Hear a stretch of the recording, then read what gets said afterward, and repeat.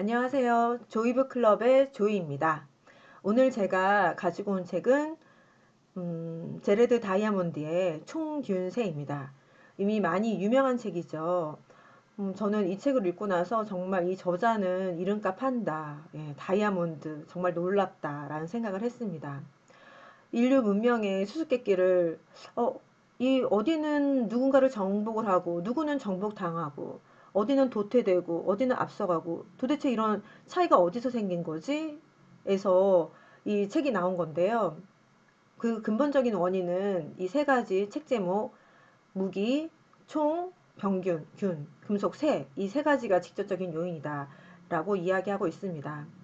그리고 이 책에서 무엇보다도 저한테 더 매력적으로 다가왔던 것은 여기 추가로 논문이 하나 들어가 있어요. 일본인은 어디에서 왔는가? 라는 것인데요. 일본인은 결국 한국인에게 영향을 많이 받았다. 그 근본은 한국인에 있다라는 것에서 역시 제가 또 가산점을 주었고요. 그런가 하면 또 너무 한쪽으로 치우치지 않고 마치 한국과 일본은 경쟁하는 쌍둥이 같다. 이 둘의 관계가 굉장히 중요하다라는 제3자의 객관적인 입장에서 이렇게 저술을 한 걸 보면 더 이 저자가 정말 뛰어나지 않은가 감탄할 수밖에 없습니다. 총균세를 간단하게 한 장으로 요약을 하자면 이렇게 도표로 나타낼 수가 있는데요. 역사의 패턴을 만들어내는 이 직접적인 요인이 보면은 앞에서도 책 제목과 마찬가지로 총균세라고 얘기를 했죠. 총 그리고 유행병 이 세. 근데 이렇게 직접적인 요인이 있기에는 바로 인구가 조밀하고 계층화된 정주형 사회가 있었기 때문에 가능하다라고 말하고 있습니다. 왜냐하면 이런 기술들이 나오려면 아무래도 피라미드를 이렇게 딱 그렸을 때 여기 일하는 많은 계층이 있겠죠. 네. 그리고 또 상류 어딘가에서는 또 여기 탑이 있고 이 계층 중에서 일은 하진 않지만 이렇게 기술을 발달시키고 뭔가 연구하고 이런 것이 나오려면은 그만큼 계층화된 정주형 사회가 기반이 돼야 된다. 그리고 그렇게 하기 위해서는 일단 먹을 것이 충분해야 된다는 거죠. 잉여 식량이 있어야 된다. 그럼 잉여 식량이 있으려면 우리가 보통 농촌 옛날 시골 생각하면은 막 소가 밭일하고 논일하고 이런 게 막 그려지지 않나요? 그것처럼 가축화된 동물종과 다양한 식물종이 있어야 된다라고 이야기하고 있습니다. 그런 이 다수의 적합한 야생종과 그리고 이게 전파되는데 다 동일하지 않았어? 라고 생각하는데 사실 그렇지 않다라는 거죠. 그래서 여기 보시게 되시면 가장 중요한 지리적인 동서축 여기 나와 있죠. 유라시아 대륙하고 아메리카 대륙을 보시게 되시면 동일한 A라는 작물이 있다고 해볼게요. 그러면 이렇게 동서축으로 전파될 때는 어떨까요? 위도가 같기 때문에 전파되는데 속도가 그다지 많이 걸리지 않습니다. 기후도 비슷하기 때문이죠. 그렇지만 남북으로 길게 되었을 경우에는 동일한 어, 식물종이라든가 또 가축화될 수 있는 동물종이 위도가 다르기 때문에 당연히 기후도 다를 것이고 많은 제약이 있다라는 거죠. 그래서 이 책의 요지는 제레드 다이아몬드가 이렇게 얘기를 합니다. 유럽이 아프리카를 식민지로 삼을 수 있었던 까닭은 백인인종 차별주의자들이 생각하는 것처럼 유럽인과 아프리카인의 차이 때문이 아니었다. 그것은 지리적, 생물지리학적 우연. 왜냐면 여기는 어떻게 해서 남북, 여기는 동서. 이건 정말 부동산의 차이인 거지. 누군가의 우월성이 아니다라고 하는 거죠. 네.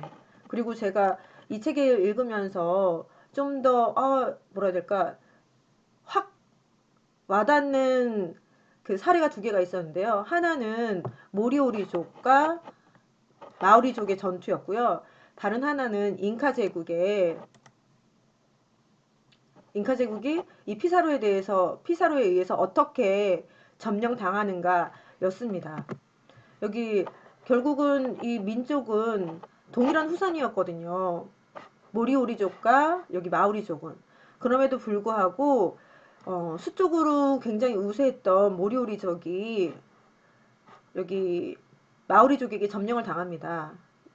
사실 이들은 평화적으로 해결하려고 했어요. 왜냐하면 그들의 문화가 그랬기 때문에. 그렇지만 잔인하게 이렇게 공격하고 살해했던 마오리족은 제안을 다 듣기도 전에 다 이렇게 점령을 해버리고 너무 당당한 거죠. 우리는 우리의 관습에 따랐을 뿐이야.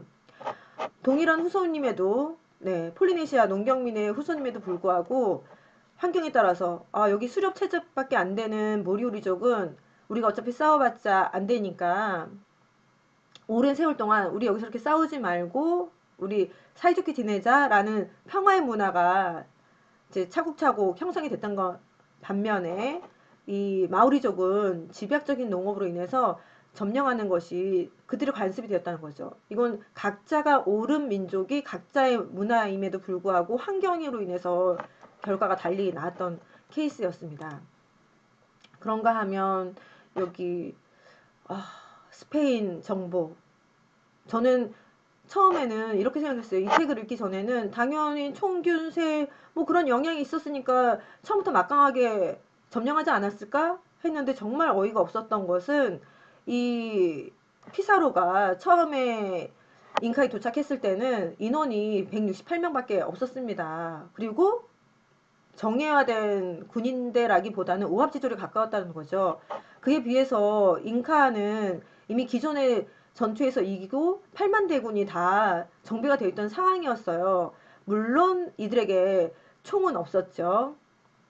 그럼에도 불구하고 이 잉카가 망할 수밖에 없었던 것은 정말 황당하게도 이 아타후 알파 태양신 절대군주가 이 피사로에 의해서 인질로 붙잡히게 되었을 때 사람들이 이 태양신 말 한마디에 건드리지 마라 가만히 있으라 그거에 따라서 그냥 공격도 안 하고 못 하고 있었던 거예요. 그리고 8개월 동안 기다리면서 이 사람들은 이제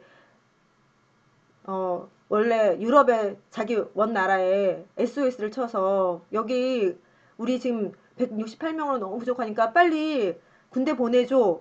8개월 동안 인질을 붙잡고 있으면서 게다가 몸값을 역사상 가장 많은 몸값을 요구합니다. 네. 가로, 세로, 높이 비율을 따지자면 6.7, 5.2, 2.4 2m에 가득 채울 수 있는 황금을 달라. 그렇게 하고 받고 네, 또 처형을 시키죠.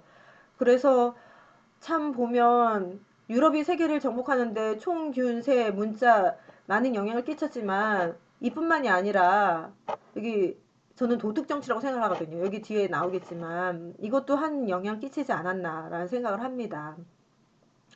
그리고 총균세가 더 매력적으로 다가왔던 것은 은근 또 이렇게 사회에 대해서 비판적인 시각이 있더라고요. 그래서 도덕정치가 이제 대중의 지지를 얻기 위해서 확보하는 여러 가지 방법이 있다. 그것에 대해서도 얘기를 하면서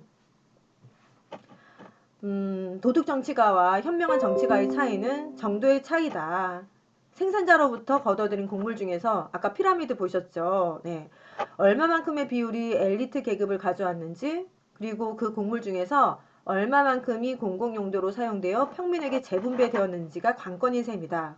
네, 그래서 광해 한 장면이 생각나더라고요. 작작들 하시오, 작작들. 적당히들 하시오, 적당히. 네, 적당히 하면 참 지혜로운 군주가 될 터인데 너무 많이 가져가니 도둑 정치가 되는 거죠. 네. 그리고 이 도둑 정치가들이 대중 지지 확보를 위해서 이런 네 가지 방법을 적용한다고 합니다. 앞에서는 그 태양신 앞에서 나와 있었죠. 본인이 태양신이다 해서 나를 숭배해라 이렇게 정치하는데 종교를 구성한 것처럼 도둑 정치가들도 대중 지지를 위해서 네, 이데올로기나 정치를 구성한다라고 이야기하고 있습니다. 그리고 하나 더 인상이 깊었던 건 최적 분열의 법칙이었는데요. 아시다시피 중국은 총, 균, 세 이 모든 걸 다 가지고 있었습니다. 그럼에도 불구하고 서구 열강에 점령을 당했던 것은 이 최적 분열의 법칙에 맞지 않았다는 거죠. 중국은 통일화되어 있었습니다. 그래서 중앙에서 뭔가를 하나 그만두게 하게 되면, 예를 들어서 총 이제 더 이상 개발하지 마 하면 먼저 여러 가지 신제품, 네, 발명품을 개발했다 하더라도 더 이상 후속 작업이 없는 거죠. 그런가 하면 유럽은 분열이 되어 있어요. 지금도 브렉시트에서 통일이 안 되고 있잖아요. 네. 그래서 어디였죠?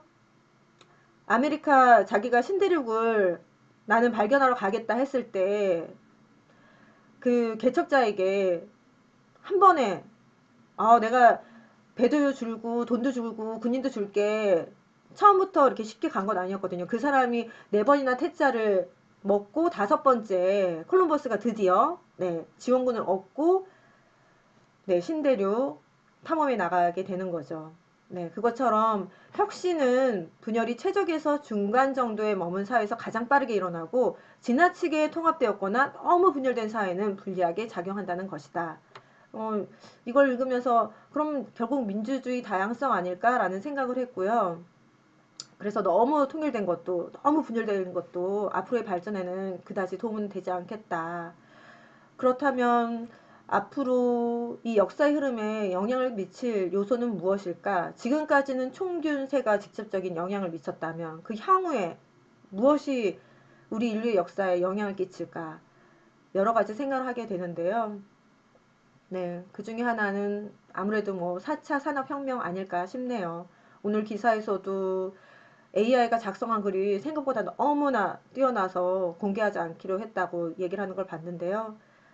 네, 노동력이 앞으로는 어떻게 뭐 제러미 리프킨이라는 사람은 노동의 종말도 예견했지만 네, 앞으로 세계가 어떻게 변화될지 참 걱정 반 기대 반 네, 여러 가지 생각이 듭니다. 이상 조이브 클럽의 조이였습니다. 감사합니다.